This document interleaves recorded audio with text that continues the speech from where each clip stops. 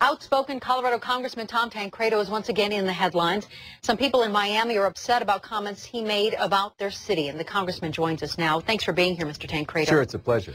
Tell us in your own words what you said about Miami. Well, I just called it a third world country. We were talking about it in the contest. I was in Florida at the time, just a few miles north of Miami. I was at a conference.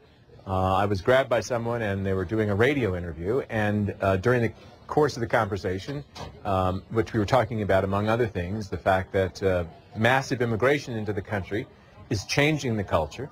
And I said, look at in Miami, which is just south of us here, and you'll see a third world country. I believe that my statement is accurate in the context I was making it. I'm telling you that what we see in Miami today, it's not, by the way, totally unique to Miami, but Miami's a good example of a situation where massive immigration, both legal and illegal, of people who don't necessarily want to be Americans, and then they come into a city that tells them they don't have to be.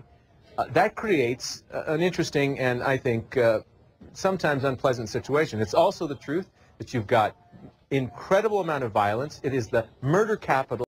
My question is, was Congressman Tom Tancredo wrong? Or is Miami starting to resemble a third world country? If you compare it to New York City, it has much higher crime rates in auto theft, burglary, assault, robbery, and murder. This is even in the face of the fact that Miami has a city population of around 300,000, and New York has a population of over 8 million. Even with this significant difference, the murder rate of Miami is over double what it is in New York City. One can review these statistics from AreaConnect.com.